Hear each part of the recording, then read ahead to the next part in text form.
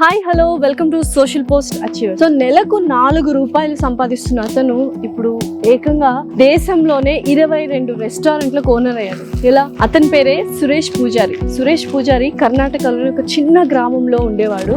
So కుటుంబ పరిస్థితులు, ఆర్థిక పరిస్థితుల్లో చదువుకొని పరిస్థితి వచ్చింది.